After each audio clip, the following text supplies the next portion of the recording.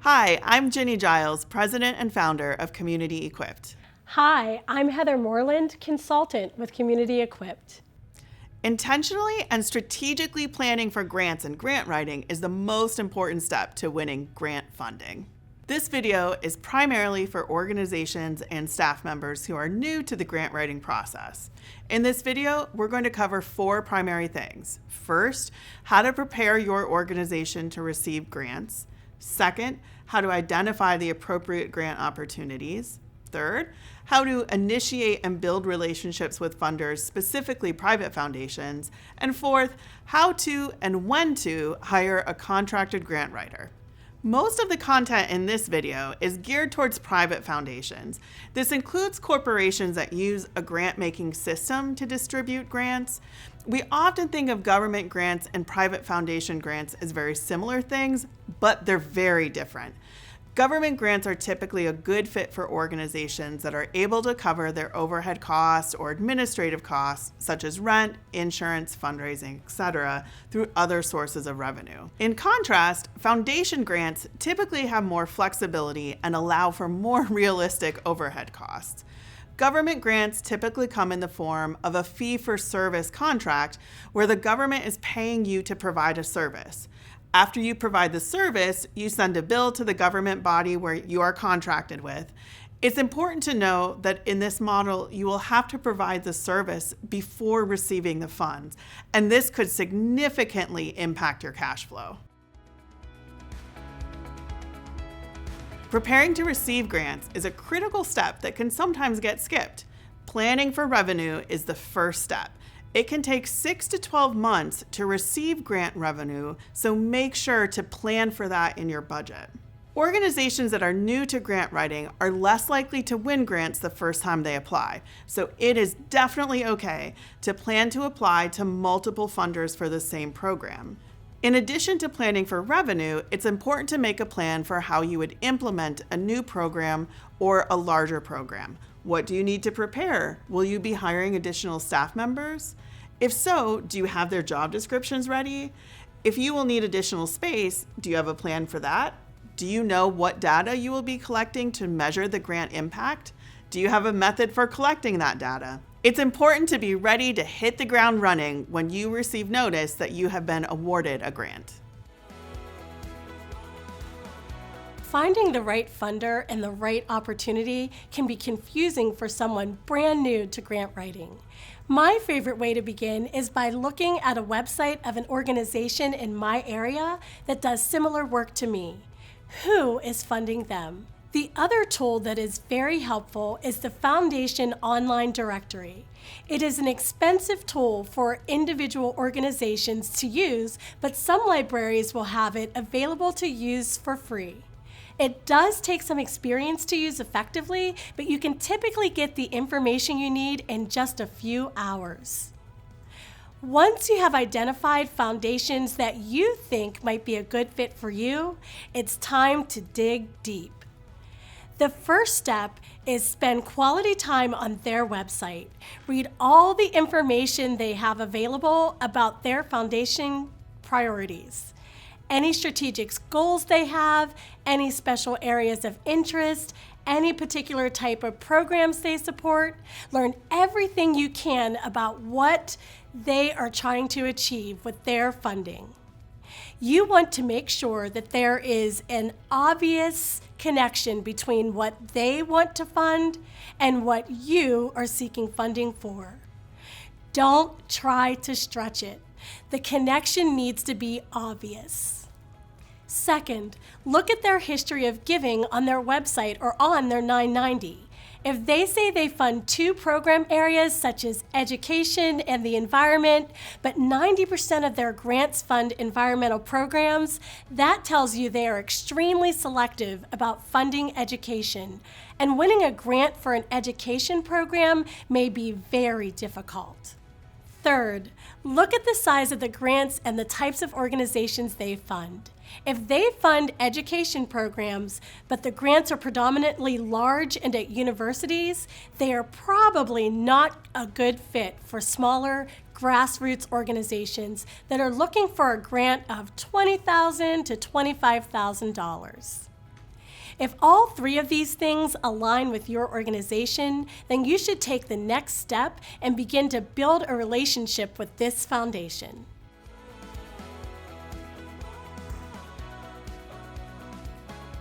Building a relationship with the funder is important. Approach funders as partners and collaborators in your work, not ATMs.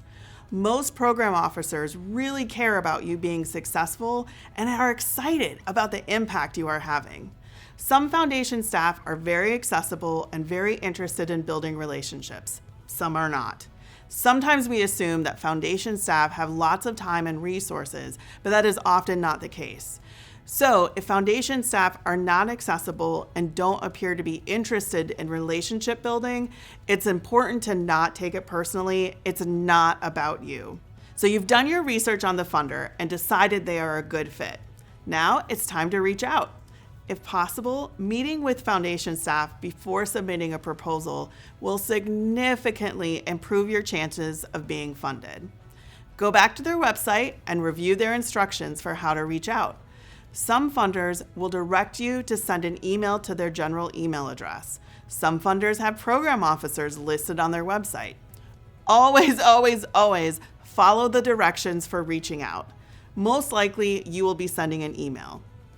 For those of us seeking funding, we think how glorious and exciting and wonderful it must be to a funder. And we imagine they have tons of resources and tons of free time, but they do not. Their staff are often really stretched to capacity in the same way that we as a nonprofit staff are. Keep that in mind when you're reaching out to them. Direct communication is greatly appreciated. So when you're getting ready to write that email, start out by introducing yourself in one sentence. Say who you are, the organization's name and your mission statement. If you have a really long mission statement, shorten it so it's very succinct. Getting into the main body of your email, if you are new to grant writing, say that you're new. Be honest about that. There's nothing embarrassing about it, and it sets the tone. It lets the funder know that this is a new experience for you. You might make missteps along the way, and it gives them an opportunity to be gracious and kind with you. You want to demonstrate that you have done your research, that you have a clear idea and a clear understanding of how your program or project or organization aligns with their priorities. So include a sentence about that. Say that this is what you're looking to fund. Then you want to ask for a meeting with the program officer. The purpose of this meeting is to have a dialogue. It's not for them to learn everything they can about you. It's for you to learn more about them. They will know why you are emailing them and why you want to meet, so you don't need to be flowery or beat around the bush. Direct and friendly communication is the most effective. It may take a week or two to receive a response. If a week goes by, you can send a reminder email, but if you don't get a response to the reminder email, you can take that as a sign they are not interested in meeting. There are a variety of other responses you may receive. The best response is an invitation to schedule a meeting. Other potential responses may include a request for more information, or the staff may refuse a meeting for a variety of reasons. The door for potential funding is always open unless they specifically say no.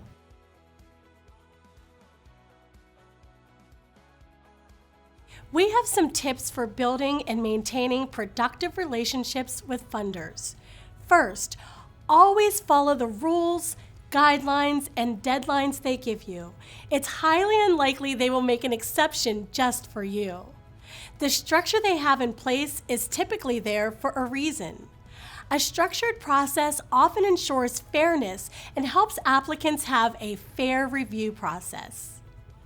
Grant proposals are often reviewed by a committee, so the schedule and deadlines are in place to keep the committee on track. Aside from these practicalities, demonstrating that you are following their guidelines and process is a way to communicate that you are easy to work with and reliable. These are very important things to communicate to the funder. Second, reach out early and avoid last-minute questions. Funders are inundated with last-minute requests for help or meetings. Stand out by asking questions early in the grant cycle, and don't wait until the week the grant is due to ask for help. Managing your time is a major way to communicate that you are organized and prepared. Be mindful of emailing or calling them outside of business hours. Third, listen to the funder. Listen for what they are telling you with humbleness. Don't be defensive when receiving feedback. You may not agree with the feedback, and that's okay, but it's important to maintain a collaborative posture and not get defensive. Fourth, be transparent and honest. We always want to put our best foot forward, but the reality is that we're not perfect, and the world isn't perfect.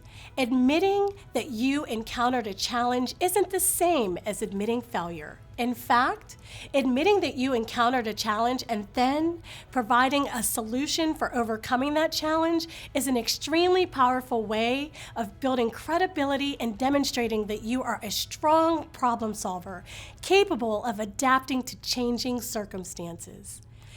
Fifth, put yourself in situations where you will meet and interact with funders. If they're hosting a Q&A session or some sort of community event, attend that event and introduce yourself.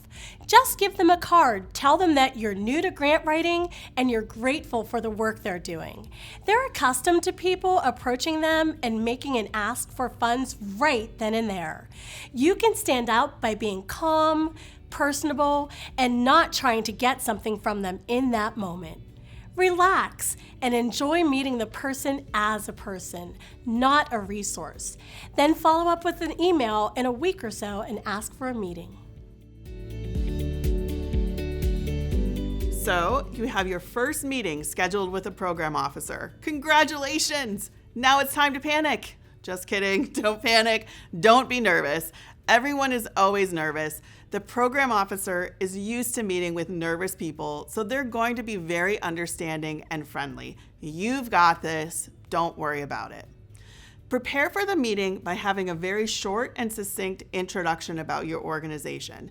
You may want to tell them everything that is in your head, but that is overwhelming. Instead, prepare a very short introduction. You also want to prepare the following. Number 1, questions for the program officer about how they see your program aligning with their goals. Number 2, 1 or 2 examples of successes you have had. Number 3, a brief description of the need you are addressing and some data to support it. Number 4, a brief description of how your program is meeting that need. Number 5, a specific dollar amount that you will need to achieve the impact you want to achieve. And the most important thing to remember during the meeting is to not talk too much. Seriously, talk less and be direct to the point. The meeting should be a back and forth conversation, not a presentation from you to the program officer. There are often priorities or nuances to proposals that a funder will look for that are not listed on their website. This meeting is your chance to find out this information from the program officer. Say what you need to say, but be more focused on listening and understanding what the program officer wants to learn about your organization. Remember, you're building a relationship, and a relationship requires communication on both sides. When we're nervous, we tend to overtalk, overexplain, and ramble, all in an attempt to prove we are worthy of a grant. Providing opportunities for the program officer to ask questions is an effective strategy. When a program officer asks questions, it doesn't mean that you've failed to share important information. It means they're interested in what you have said, and they want to know more. Think about conversations you have with friends. You ask each other questions because you are interested in each other. Questions are a good thing. Most of these types of meetings are 30 minutes, and that's not a lot of time, so you want to make sure you are focused and giving enough time for questions.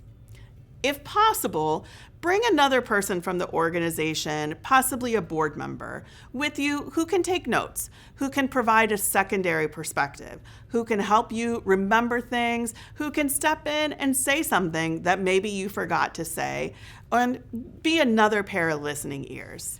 End the meeting by asking the program officer what the next steps are. Did they see your program and organization as a good fit? What would they recommend your financial request be? They'll usually tell you the right dollar amount or provide a range to ask for in your proposal. Ask them if there's anything that you should highlight. Ask them what their best advice is for a winning proposal, and then ask them what the timeline is. Verify everything.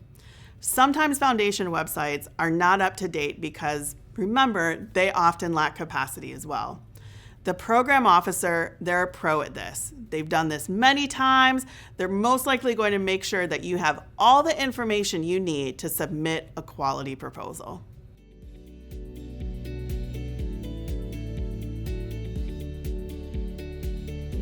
So now that you've identified the correct grant opportunities for you and are working on building relationships with funders, you may realize that you're not a superhero and can't do this all on your own. That's fine. All of us can use help. So one thing to consider is hiring a contracted grant writer. There are two primary benefits to this. The first one is that you can grow your capacity without spending a ton of money. Hiring a contractor allows you to get more help without the expense of an additional staff member. And the second one is that you can bring in a high level of expertise without committing to a full-time paid staff member. But there are some things to keep in mind when you are considering hiring a contracted grant writer. The most important thing is that they cannot operate on commission. The state of Pennsylvania does not allow that, and the Code of Ethics from the Association of Fundraising Professionals does not allow it. So you will have to pay them whether you win the grant or not. You may be able to negotiate with your contracted grant writer if there is a cash flow issue. You may be able to work something out, but just remember they cannot be compensated through commission. Most grant writers are compensated on an hourly rate, which differs depending on their experience and their area of expertise. Grant writers often have areas of specialty. Some specialize in government contracts, while some may specialize in particular areas of practice, such as healthcare or education or arts. You really want someone who has experience with the programs that you are looking to fund. So when interviewing them, ask questions. Ask them to talk about their experience. Ask them what they think the key is to a successful proposal. Ask them what has happened when they failed and when they didn't win contracts, because no one is fail-proof. No one is perfect. No one will have successful proposals all the time. Totally normal. Ask them for references and then call their references and ask what it is like to work with them. Ask their references if they have any advice for you. So the other technicality with grant writers is that they are required by the state of Pennsylvania and required in most other states as well to be a registered fundraising council with the state. If you hire a grant writer who is not a registered fundraising council, you could potentially face fines for the organization. That can be quite high, and the grant writer could also face fines. So one way to verify this is just ask them. Ask them if they are a registered fundraising council and ask to see their certificate. If they say they are not a registered fundraising council or they're not required to share their certificate, they're wrong. Don't hire them. A contracted grant writer is going to bring in a significant amount of experience and skill. But remember, that doesn't guarantee that you're going to win the contract or win the grant. They're going to do their best, but they are relying on information from you and the organization to write the best proposal that they can. They are most likely able to help you in writing a narrative and creating project goals that are exciting and will be of interest to the funder. They can sometimes help with a budget. A contracted grant writer should not be expected to completely put together a budget for you, but they can look at it from the perspective of a funder and ask questions and make suggestions and make sure that the budget and the narrative align. When you win the grant, I highly recommend that you hire the same contracted grant writer to complete the grant report or any follow-up work that needs to be done for the funder. This will be significantly easier for the grant writer who wrote the proposal because they already know it intimately. They already have the language and they understand the goals that you had. They understand where all that data came from, and it makes for a consistent voice for the organization and a consistent reporting format. Our last note about preparing a grant proposal is that AI is a field that is continuing to expand and grow. The ways that AI is being used in the fundraising field are continuing to evolve. They are changing rapidly, and that's really exciting. So those of us in the nonprofit sector that are sometimes behind the curve on technology, AI is an opportunity for us to be ahead of the curve. Remember, AI does not take the place of human interaction. AI is like an intern. It's only as good as the directions you give it, and you always have to double check the work. You do have to review it and make sure that it is consistent with your voice, your vision, and your messaging. Grant writing can be overwhelming and intimidating at the beginning, but remember, we're all on the same team and there are many people rooting for you to succeed. With planning and authentic relationship building, you can expect to build great relationships and win funding with private foundations.